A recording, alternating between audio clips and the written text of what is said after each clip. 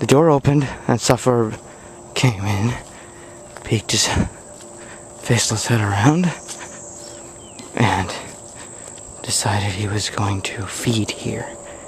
But the door closed upon entry and locked itself, with him no chances of returning home. Now, I'm not sure why he wants to return home.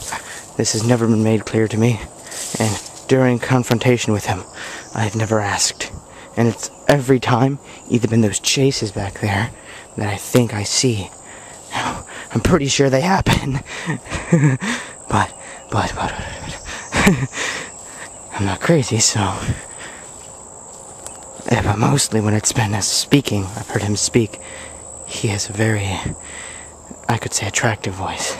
It's very alluring and like velvet, as Hannah says. I agree, it is like velvet, his voice. But he doesn't actually speak physically. He has no mouth. It's more like telepathy of the sort. But he's spoken to me in person, of course, and showed me the door through dreams. Not really dreams, more sleep cycles that I go through. Now, that last sleep cycle I went through, I can't remember a thing. And as far as I'm concerned, I was not spoken to. Ouch.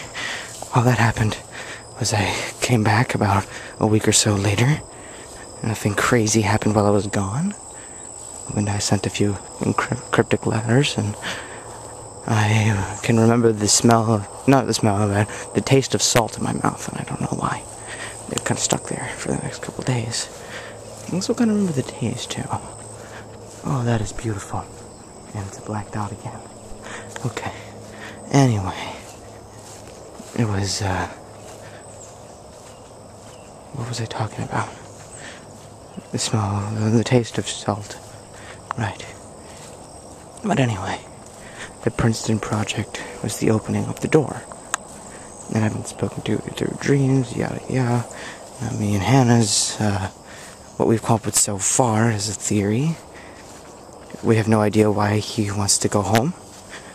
All that I have been explained through A, careful research, and B, exact words from Sufferer that I can't completely remember, I'm covered in stickers, is that he wants to return home. And his home is behind the door closed him in upon entry, and that he's basically sick of our world, and wants to come back out of the door when he's done, and basically plunge it into eternal darkness by basically throwing it through the door. And like he said, quote unquote, so the world may experience perfect clarity and absolute lucidity. Now, I have a feeling that that can only mean really bad things, considering what I saw that day in the cycle, in my dream in the cycle. Now,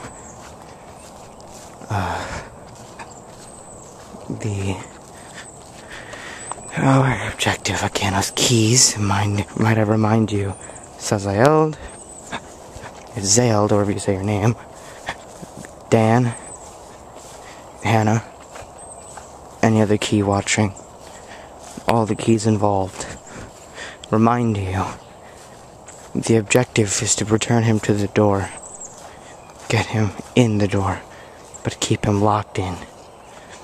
And the only known way of doing this that I have been confirmed from Sufferer himself, not through direct asking, it was his explanation. He said, quote unquote, well, not quote unquote, I will translate what he said to more modern terms, because he used a whole lot of older words I had to look up when I could remember them. So I'll just say it the way a normal person would say it. I was locked out upon entry to your world, and your world sickens me and disgusts me, and it is not worth, its precious minerals and its culture. I will cleanse it by throwing it through the door. You will enter perfect clarity and absolute lucidity, and the world will become perfect. However, lives will be lost, all of them, and the cleansing will begin. the cleansing will be done, and the cleansing will be perfect. I need to return home, and there are only two ways. Either you keys give your lives, and you, meaning me, your knowledge is used as a weapon. All your anger and angst, your personality, your love and your hate, and everything, it lurks in that mind of yours. And many other weapons, like you, will be used to drive the nails that end the world into the ground and plunge it into the darkness behind the void. The other way I can return is if I spend too long away from the door, but then I will not be able to come back to throw you in, and your world will say rotten forever. And that is what he said. The old one is beautiful. The old one will remain beautiful as long as our outlook on beauty changes. And it will. Humans are an old race. No, okay, those are Smiles' words. No, humans are a young race. That we are. We are young, and still learning, and still good.